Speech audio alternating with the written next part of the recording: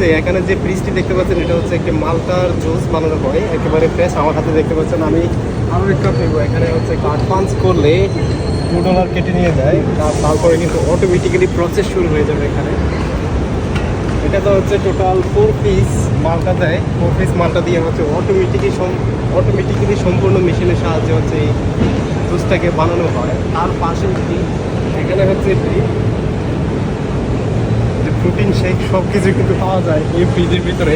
এক একটা দাম হচ্ছে $6 করে। যারা হচ্ছে ব্যায়াম করে তাদের জন্য কিন্তু ব্যবস্থা আছে এখানে। দেখতে পাচ্ছেন প্রোটিন পাউডার বা বানানা দিয়ে বানানো হয়েছে। এখানে মিল্ক শেক আছে।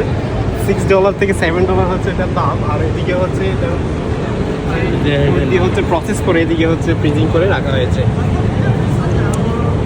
এখানকার সিস্টেমগুলো অনেক সুন্দর। আমার